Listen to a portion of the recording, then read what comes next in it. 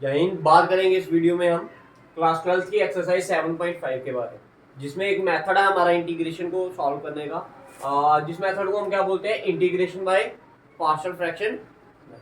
ठीक है, क्या नाम है इस मेथड का होगा?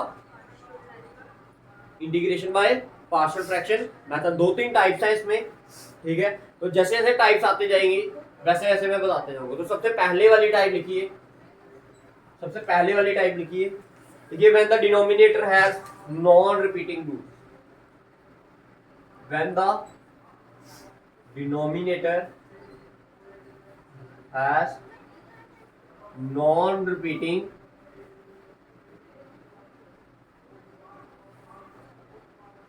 अब इसका इस वर्ड का क्या मतलब हुआ कि जब डिनोमिनेटर में नॉन रिपीटिंग रूट्स हो। देखिए ध्यान से, बेसिकली जो इसकी फॉर्मेशन होती है वो किस तरह से आती है आपकी।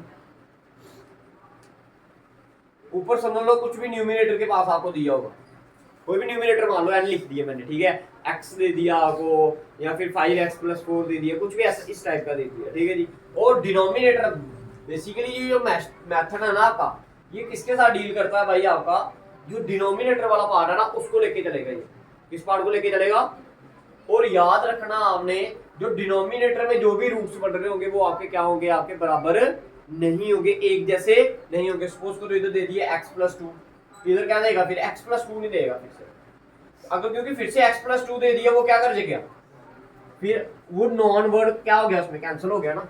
तो इसमें जो भी आएगा, जैसे x - 2 दे सकता है, प्लस में नहीं तो माइनस में दे देगा।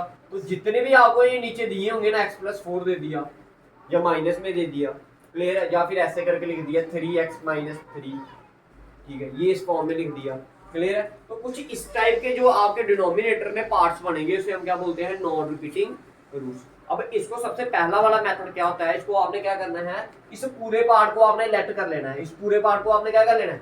अभी सिर्फ कंसेप्ट समझा रहा हूं मैं, ध्यान से समझिए। इस पूरे पार्ट को आपने क्या कर लेना है? लेट कर लेना। क्या कर लेना है भाई? लेट कर लेना है। जब इस पूरे पार्ट को आपने लेट कर लिया तो आपने इसमें कॉन्स्टेंट्स का यूज करना है। क्या करना है?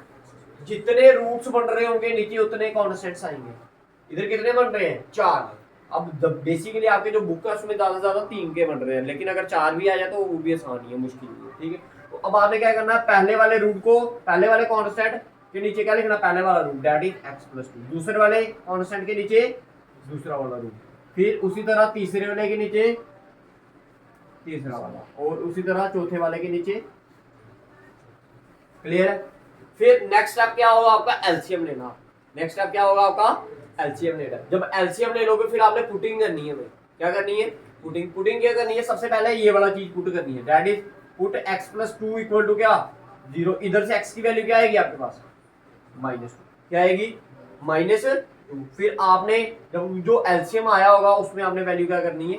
पुट करनी है। ठीक है, उधर से आपके कांस्टेंट की वैल्यू आ जाएगी। जब कांस्टेंट की वैल्यू आ जाएगी उनको इधर पुट कर देना। फिर से जब इधर पुट कर दिया तो आपकी सिंपल इंटीग्रेशन बनेगी 1/x 1/x 1/x, और 1/x की integration log of mod of. बस इतना आसान सा कंसेप्ट है, लेकिन आपने थोड़ा सा समझने की कोशिश की। ठीक है जी, इसी डिनोमिनेटर वाली टाइप पर आपके इस एक्सरसाइज के ज्यादा नहीं तो कितने 5-7 क्वेश्चन आराम से निकल जाएंगे। ठीक है जी, तो करें स्टार्ट में। आइए फर्स्ट क्वेश्चन बताइए जी। फर्स्ट वाला क्वेश्चन देखिए, जो फर्स्ट वाला क्वेश्चन दिया आपको क्या कहता है? आई इज इक्वल टू क्या? Integration of x upon x + 1 और x + 2। देखिए दोनों डिनोमिनेटर क्या है? नॉन। ठीक है जी, करें फिर स्टार्ट। हाँ जी करें। लेट कर लेना आपने ऊपर वाला पार्ट, पूरा गया पूरा। ये इसके बराबर मानोगे इसको आप। अब कितने रूट्स हैं इधर? 2। तो कांस्टेंट भी कितने लेने हैं? 2। तो पहला वाला कांस्टेंट मान लिया हमने p अपॉन क्या? x + 1, और दूसरा वाला क्या मान लिया? q upon. क्लियर है? इसको मान लिया आप इक्वेशन नंबर क्या? फर्स्ट। क्या मान लिया इसको? Equation number first. एलसीएम लीजिए।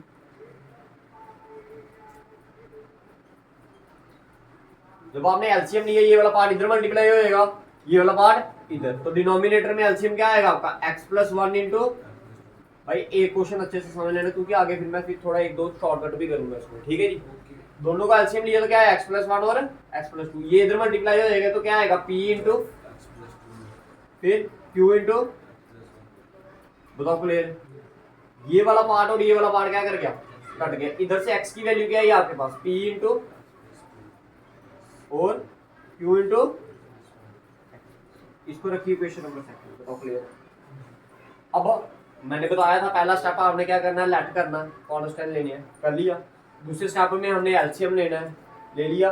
अब तीसरे स्टेप में हमने क्या करना था, इसको बना दिया। अब तीसरा स्टेप जो हमारा होगा वो क्या होगा, अब आपने क्या करनी है, पुटिंग करनी है। पुटिंग क्या करनी है, ये नीचे वाले रूट्स क्या करने हैं, नीचे वाले। तो सबसे पहला वाला रूट क्या आपका x+1, put x+1 equal to क्या 0, which implies that x equal to क्या -1 in equation number second. Equation में आपने क्या कर दिया, x की वैल्यू क्या पुट कर देनी है -1, इधर x की वैल्यू क्या आ जाएगी -1 इक्वल टू। अब मेरी एक चीज और समझिएगा भाई, जिसके नीचे वाला पार्ट आपने पुट किया होगा ना, ध्यान से सुनना मैं क्या बोल रहा हूँ, जिसके नीचे वाला पार्ट आपने क्या किया होगा, पुट किया होगा, वही बचेगा, बाकी सारा का सारा क्या हो जाएगा, खत्म। ठीक है, अगर इसके नीचे वाला पार्ट पुट किया तो p ही बचेगा, q खत्म हो जाएगा। अगर एक दो कांस्टेंट और भी होता वो भी क्या हो जाते हैं। अब क्यों होंगे वो मैं बताता हूँ, इधर देखिए पहले p की वैल्यू सॉल्व करते हैं। अगर p इंटू -1 प्लस, अब देखो इधर मैंने क्या किया, देखो अभी ये पूरा पार्ट करवा रहा हूँ। देखो ये x+1 है ना, इसी को तो पुट किया था, इसी को तो क्या किया था आपने, पुट किया था ना। तो भाई इधर जब आपने -1 वैल्यू पुट की, -1 + 1 ये दोनों कट गए, आंसर क्या आ गया 0 इंटू क्यू किया तो क्या आया 0, तो पीछे क्या बता आपका।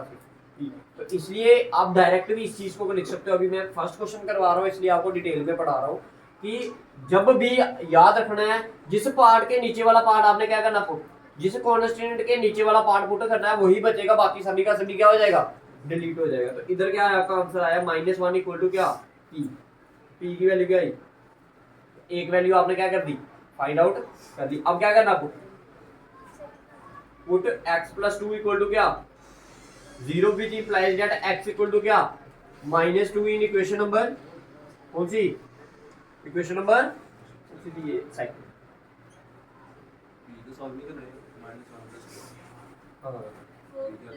किया ना मैंने, दो में से एक निकाला तो एक ही आया। ठीक है, समझ आ गया इधर तक। ठीक है, अब इधर देखो -2 वैल्यू पुट करो। जब आपने -2 कहाँ पर वैल्यू पुट की, यहाँ पर कहाँ गया आपका ये वाला पार्ट। ठीक है, तो आंसर आएगा आपका क्या -2। अब देखो इधर मैंने आपको बोला किसके नीचे वाला पार्ट पुट किया आपने, क्यू के नीचे वाला, तो सिर्फ यही बचेगा, ये वाला क्या हो जाएगा, कैंसिल। कैसे होगा, देखो -2 + 2 0 हो गया ना, इसलिए अब मैं लिखूंगा ही इसको, सिर्फ कौन सा पार्ट लिखूंगा, क्यू वाला। तो क्यू की वैल्यू क्या आई -2 + 1, इधर से क्या बना था 2 की वैल्यू इक्वल टू क्यू, क्योंकि इधर भी माइनस था, इधर भी क्या आएगा माइनस, माइनस माइनस कट गया, क्यू की वैल्यू क्या आई। ठीक है, अब इसकी वैल्यू पर आपने कहां पर पुट करनी है, इक्वेशन नंबर 1 में। तो आपने लिखना put the value of p and q in equation number first equation में पुट करिए तो क्या आएगा आपका, ये आएगा आपका x/x+1 और x+2 की वैल्यू जो आई आपकी, p की वैल्यू क्या आई आपके पास -1, तो दैट इज आपका आएगा ये -1/x+1 और दूसरी वाली वैल्यू क्या है आपके पास 2, तो ये आया x+2। क्लियर। अब यही तो था आपका, यही तो था ना। अब आप सिंपल इसको क्या कर रहे हो, इंटीग्रेट बोल सकते। ठीक है, तो क्या बोला हमने, इंटीग्रेट बोल सकते। तो जब इंटीग्रेशन की तो ये आया आपका x/x+1 into x+2 dx equal to क्या, ये आया आपका -1/x+1, इधर आया आपका 2/x+, साथ में। क्लियर है, ठीक है जी। इंटीग्रेशन, अब देखिए ये 1/x की इंटीग्रेशन क्या होती है, log of mod of x। तो x क्या हमारा इधर ये, और ये बाहर माइनस था तो माइनस लगा दिया, ये 2 बाहर था तो बाहर लगा दिया। 1/x की इंटीग्रेशन क्या आएगी, log of mod of plus c। अब इसको और थोड़ा अगर इन्होंने चेंज किया होगा तो क्या किया होगा, देखो लॉग की प्रॉपर्टीज लगाई होंगी। क्या लगाई होंगी, लॉग की प्रॉपर्टीज। कैसे लगाई होंगी, देखो ये log ऑफ x+1 वैसे का वैसे ही रहा। देखो ये आया ना n log m, n log m की प्रॉपर्टी क्या होती है, log m की अगर m की पावर क्या हो, ऐसे हो, देखो log m की पावर अगर n हो तो उसे हम लिख सकते हैं n log m। क्लियर है, अगर ऐसी चीज दी है तो उसको ऐसे लिख सकते हैं। तो इसको कैसे लिखेंगे फिर, log of mod of x+2 का होल स्क्वायर प्लस बताओ क्लियर है? हाँ जी, समझ आया कैसे किया? ये वाली प्रॉपर्टी यूज की है, इधर लिख लेना, ठीक है। अब देखो ये आया आपके, देखो ये अब कौन सी प्रॉपर्टी यूज की, log m minus log n। तो ये आ गया आपका log m minus log n की प्रॉपर्टी क्या होती है, log m अपॉन में n। तो इधर क्या आएगा, अब पॉजिटिव वाली वैल्यू क्या थी हमारी, m क्या हमारा x प्लस 2 का होल स्क्वायर और n क्या हमारा x प्लस 1। इधर तक भी लिखोगे तो तब भी चलेगा, लेकिन इधर तक कर लो अभी फिर।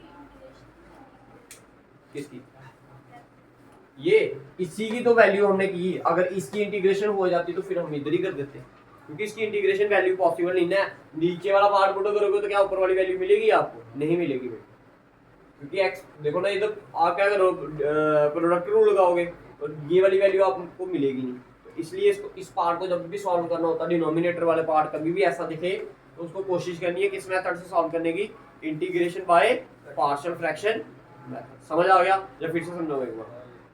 क्लियर है सभी को? ठीक है मनवी?